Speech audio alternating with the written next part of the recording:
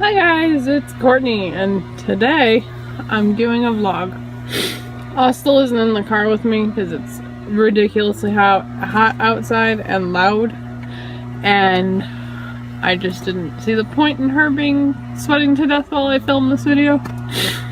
I have a lot to talk about regardless, so I figured I'd get on and vlog for you guys because I need somewhere to vent what I'm feeling.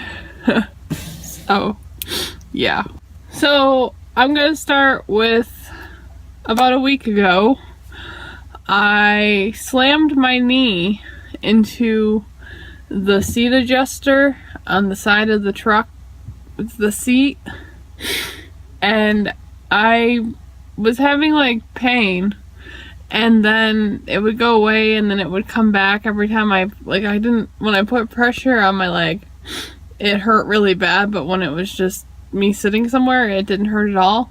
So like, I didn't know what to do. So I gave it a couple of days and I was like, all right, well, this sucks. Like, maybe it'll go away.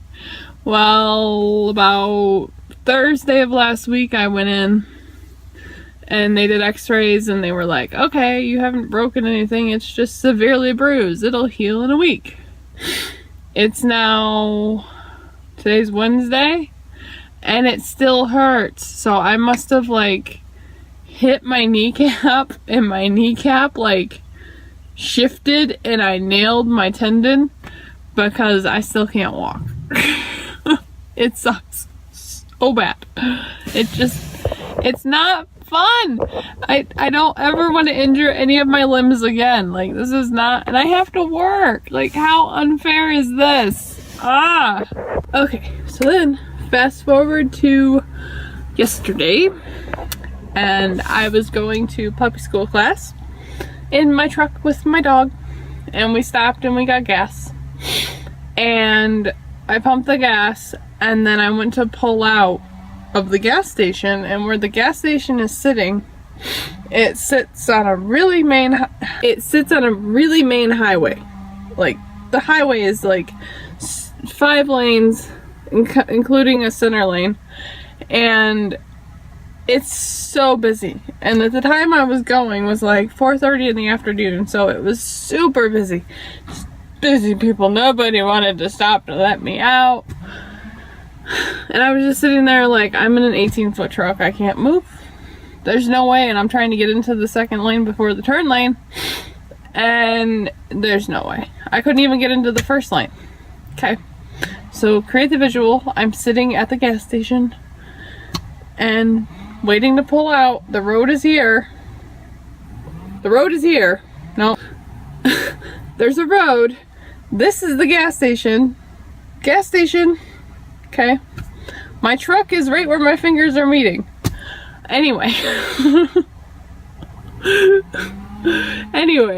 I was sitting there, and there was a guy in a white Subaru.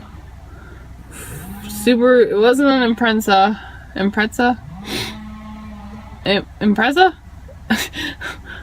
I call them Imprezas. Like a pretzel? It's a pretzel. It was a white Subaru, Forester? No. It was one of the new ones. I'm not a Subaru fanatic, so I have no idea. I just know what an Impreza looks like. So he's behind me, and I still can't go. It's been like, we'll say 5 minutes. I still can't pull out. I still can't, because the truck, if I floor it to go out, I'm gonna tailspin into the center lane and people will hit me. So I'm being the safe driver, and all of a sudden from behind me I hear profanities, because my truck says on the back, it says rescue mom.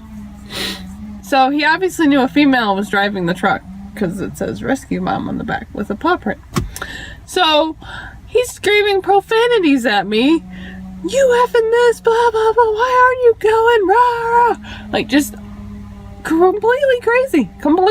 Like, it is not needed. So I can't do anything. And I'm like, I can see him in my rearview mirror yelling at me. And I'm just like, what do you want me to do? I don't know what to do. So I'm sitting there and I'm inching the nose of the truck up just a little. Just a little every couple of seconds, trying to see if somebody will let me pull out. Nobody is stopping. So another 5 minutes passes and this guy is completely livid behind me. He's in a little hatchback and I'm in an 18-foot vehicle. Completely livid now. Screaming at the top of his lungs, you effing this, blah, blah, blah. Go! Why aren't you going? Run, run. Still going on. And I'm getting a little scared because now I'm like, well, if I don't go, he's going to jump out of his car and mug me. Like, I can't move my vehicle. Like, this is not, what do I do?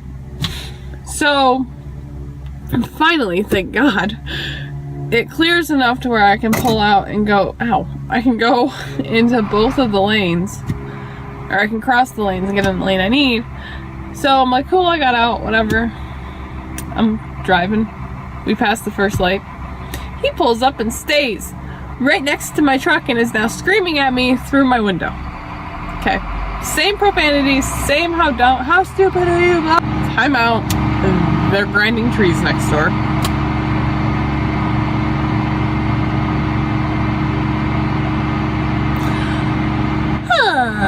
When you try to vlog and everything is against you, I swear. I rolled the window up. Let's see if it works. So anyway, he's next to me in the lane through, I'm gonna say 2 lights because the second light from where the gas station is about 1.5 miles down the road or more. I think it's more. I don't know. I don't measure things. Anyway, so we'll just say it's 1.5 miles. He stays next to me the entire time I'm driving down the road. And he's still yelling at me. So then, I'm completely ignoring him. I'm like, I don't want to deal with this. If I stop, he's going to run me off the road. You know, truck against an Impreza. I think I'm still going to win. So then, we get through the second light, because I'm going way down this road. Like, I have to go way down. So we get through the second light, and he literally is now weaving in and out of traffic in front of me. And I'm doing like 45 because the speed limit's 55, and I can tell that he's trying to cause trouble and I don't want to end up crashing my brand new truck into him. So I'm about 6 car lengths, I'd say about 6 car lengths behind the car in front of me, and he's weaving in and out of traffic in front of me just like this, like a snake. And I'm like, what are you doing? Like, do you want me to hit you? Like, is this what you're so upset with me that you want me to run into you? Like, okay. So then a motorcycle, he goes to lane change and a motorcycle changes then and gets behind the truck that's in front of me. And he kind of like veers back into the other lane.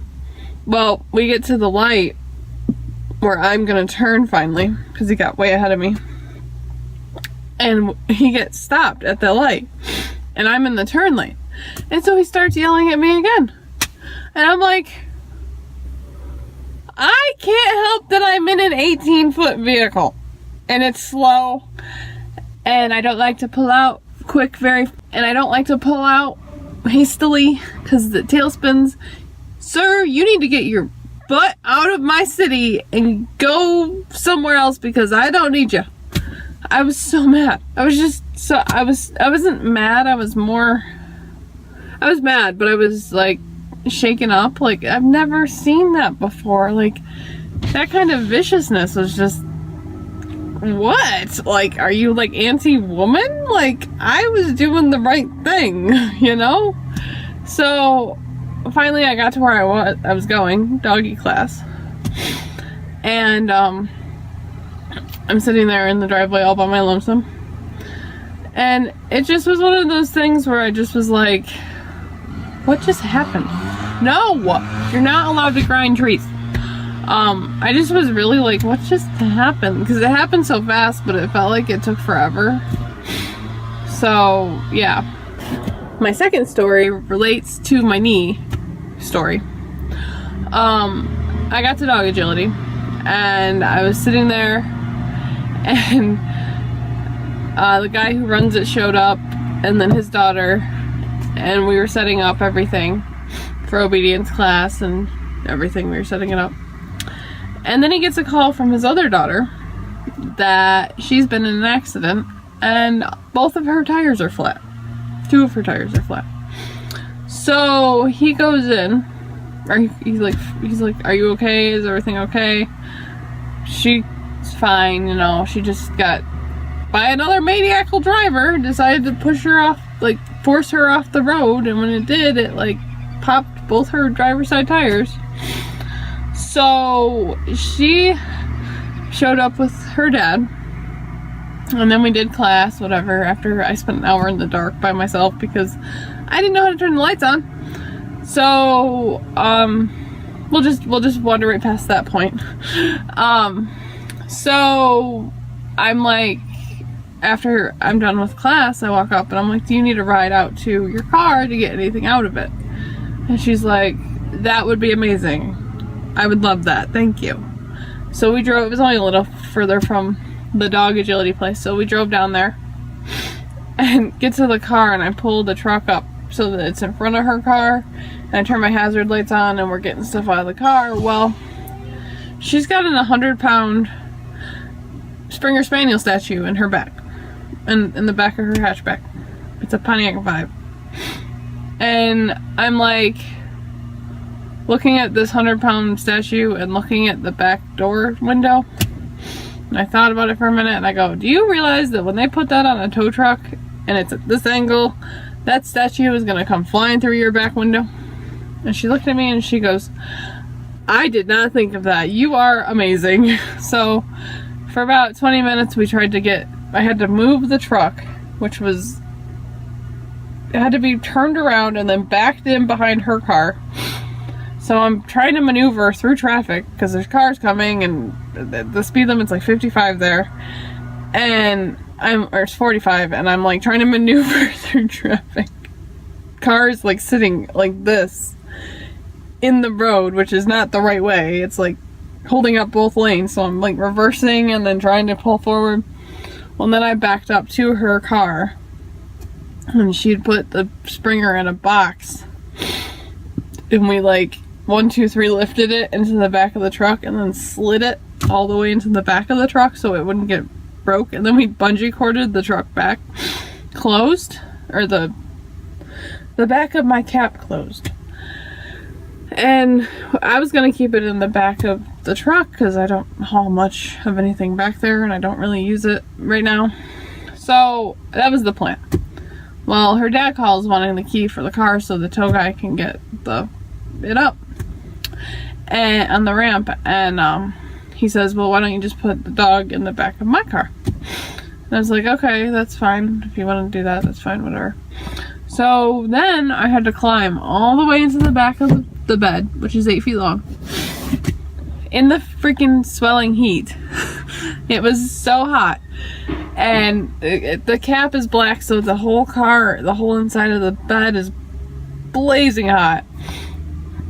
And I didn't mind doing this. I mean, I'm not complaining at all. I didn't mind. But I just, I grabbed the dog, slid it out like 6 times, and then we hoisted it into the back of her dad's car. And I tell you, by God, I was so sore.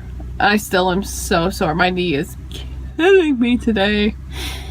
But everybody's safe and alive, and I wasn't a victim of a car accident because of a crazy psycho who doesn't know how to drive, and nor was she. So, and it made me and her closer, so I'm glad for that. But Oslo is doing very well, by the way. We'll throw that out there too. She's learning everything she needs to learn very quickly, and the teacher who knows me from when I was 14 is saying that she's gonna pass her CGC, get certified as a service dog and everything. So I'm excited. But yeah, that's how my last 2 days have been. Comment below if you've run into some crazy people driving, because I know it happens a lot. I'd like to hear from you. If you're not already and you'd like to become a member of my little family, we're not much, but we'll fool you. Brown coats forever. You'll see videos of me and my dog and me training my dog, and I post vlogs on my channel too.